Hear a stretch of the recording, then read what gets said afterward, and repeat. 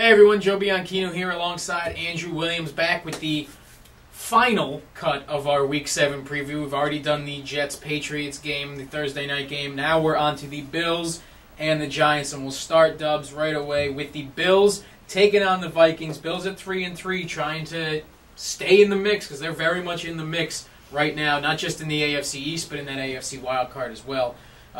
What to watch for in this game? My biggest thing I'm watching for right now was how the Bills' defense takes over this game, because for them to win this game in a good way, they need to have their offense on the field more often. Get Teddy Bridgewater off the field. Don't let him get in a rhythm with the Cordell Patterson and the playmakers they have. Yeah, and that offense, that Bills' offense is what I'm watching for specifically when they are on the field, and specifically one guy in that offense, Kyle Orton. You know, since he has taken control of this team from E.J. Manuel, he's 1-1 as a starter. He hasn't, in my opinion, looked all that great at times, but, you know, 1-1, and he hung with the Patriots. I mean, that game the Bills played against the Patriots last week was 30-22 with 5 minutes to go. You got yourself a ball game with New England there. So, he hasn't played terribly. He hasn't played good either. What is Kyle Orton? Who is Kyle Orton? What is he for this team? That's what I want to see.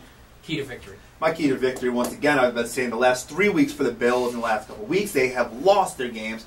My key to victory is running the ball. C.J. Spiller still has not touched the ball more than 10 times in the last 3 games. And that baffles me, because he is one of the biggest playmakers next to Sammy Watkins, maybe better than Sammy Watkins. And I understand, Fred Jackson has Benjamin Button disease. He's getting better as he gets older. I don't understand it. But C.J. Spiller needs to get the ball more. We do seem to have that conversation every year where it's, all right, this is the year C.J. Spiller finally takes over for the Bills, and then 6 weeks into the season we're always having the conversation, why hasn't C.J. Spiller taken over? Why is Fred Jackson still the guy? It is.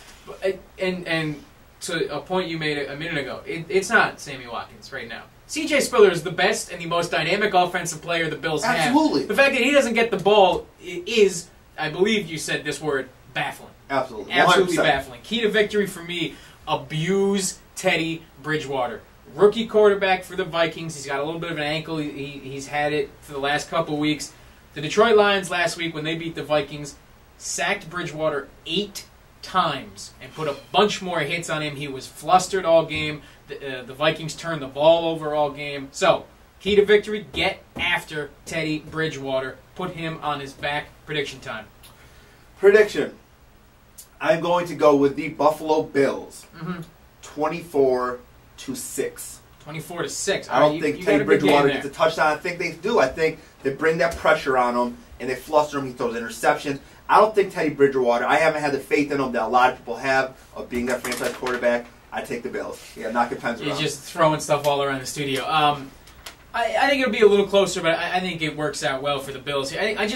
I don't really believe in the Vikings at all. I mean, I don't look how you can take in the full Vikings picture with Adrian Peterson out of said picture and think that this is a quality football team right now that's capable of winning a football game against a competent team. And the Bills, at the very least, competent. So 20-10, I will take the Buffalo Bills in that game. Moving on, Giants, Cowboys. 4 o'clock, NFC East showdown. Giants got shellacked last week, 27-0 by the Philadelphia Eagles. Before we get into this game, we'll go back and look at the big play of that Eagle game. Victor Cruz going down with the torn patellar tendon, done for the year. How do the Giants move on from Cruz, Dubs? It's going to be a way you have to get Ruben Randle involved. OBJ has so much pressure on him. He's got to step up. He has to step up, and I don't think anybody saw this much pressure come on the rookie wide receiver coming into this year because nobody expected this. Right. He has a lot of pressure coming on him now to be that number 1 guy. It's OBJ. It's Randall who finally has to step up in his own right and be a wide receiver Eli Manning can trust. Eli Manning and Ruben Randall have had miscommunications in the past. Ruben hasn't developed into a go-to guy for Eli Manning yet. Well, you're out of options now. He has to, because he's my boy, and I love Larry Donnell, but he's not a go-to receiver for Eli Manning. He's a serviceable tight end, manufactured primarily by Eli Manning. Absolutely. So Randall's got to step up. Randall's got to step up. OBJ's got to step up. Preston Parker, probably the third guy in, he's got to step up. You hope somebody can step forward and become a guy. Otherwise, and I think what's most likely is you're just going to see a Giants offense that looked very productive in weeks 3, 4, and 5. They look good.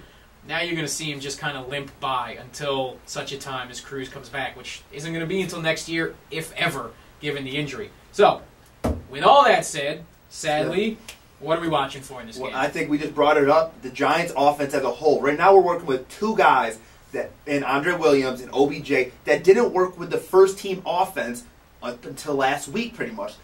OBJ wasn't healthy enough to even be in practice up until last week. Andre Williams being the second guy, Jennings down, Cruz down. Can these guys step up and take over for those starters? They're biggest playmakers on the Giants offense. Yeah, I'm back in that same wheelhouse here, and it's Victor Cruz and who replaces Victor Cruz. That's what I'm watching for, to see if Ruben Randle steps up, to see if OBJ steps up, to see if Preston Parker can step up and become, a serviceable threat in this offense. Can any of these guys be a serviceable threat without Cruz to draw attention away? I mean, that's something you have to consider, is how much of Ruben Randle's production, whatever it was, or how much of Larry Donnell's production was brought on primarily by the distraction that is Victor Cruz. Defenses point to Cruz. Oh, look at Donnell's going behind Jennings. And Jennings same on with the Jennings. backfield. So what happens with this offense? Who replaces Cruz? Can anybody? That's what you have to watch. Key to victory for the Giants. Key to victory. They're going up against a Dallas Cowboys team who right now is playing like the best team in the NFL. Behind DeMarco Murray. That's strong. Key to victory is somewhat stopping DeMarco Murray, because the way the team is playing, the way the offensive line is playing right now, you're not going to stop him. But if you could give a hiccup in his game a little bit, you have a chance to win this game. I mean, I don't know if the Cowboys are the best team in football. I'm not saying they're playing. Well, you said they're playing like the best team in football. There's a team in Denver. I might, I don't know. They lost to Seattle. They got a good quarterback. Lost to Seattle, and then Seattle just lost to. Yeah, stop. It's a discussion for a different day. But you're right. I mean, you got to stop the run. DeMarco Murray has 6 straight games of over 100 yards. It's ridiculous what they're doing. And hey, Jerry Jones, Jason Garrett, welcome to the party, because you're finally running the ball and it's finally working out. Welcome to the party. Way to start taking everybody's advice. My key to victory, though, is on the Giants' offensive side of the ball again.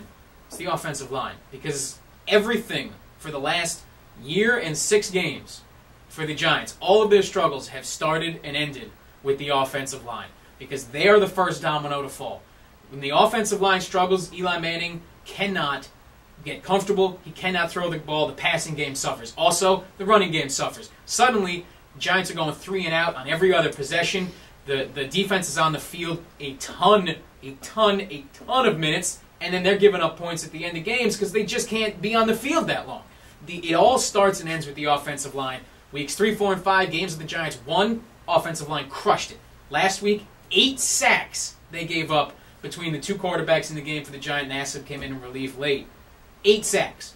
You can't win giving up 8 sacks. You just can't do it, and the Giants certainly can't do it. So it begins and ends with the offensive line. Can they show up, and can they protect Eli Manning and give Andre Williams some room to run? Do they? Prediction. They don't. They don't have enough. They lost too many playmakers right now, I know. They've lost too much in the last 2 weeks. Yep. Their top 2 guys in yards per game, they've lost. I have the Cowboys winning 28-17. I mean, you make a very strong point.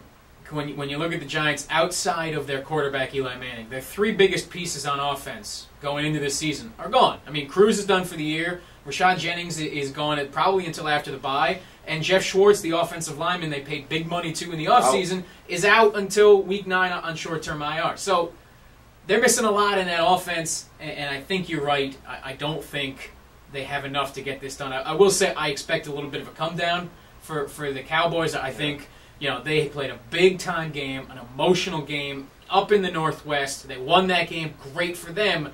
But I think they're going to suffer a little bit of the... they're going to suffer from the win hangover. We've seen it before. If you will. Right. And I think they're going to look at the Giants and say, look, they lost Victor Cruz. They got beat 27-0. We don't have to take this team seriously. We're at home. We can beat them. I think they will beat them, and I'm predicting them to win 27-21. But I think this game's going to be a little bit closer than a lot of people think. So, throughout the weekend, you can follow us on Twitter at Joe_1045, at AW_1045FC. Cosine tangent, -4, there's a division sign in there. At 1045, the team on Twitter will be live tweeting and hanging out all day long for all of your Week 7 football action. Bills, Giants, have fun, everybody. Enjoy it.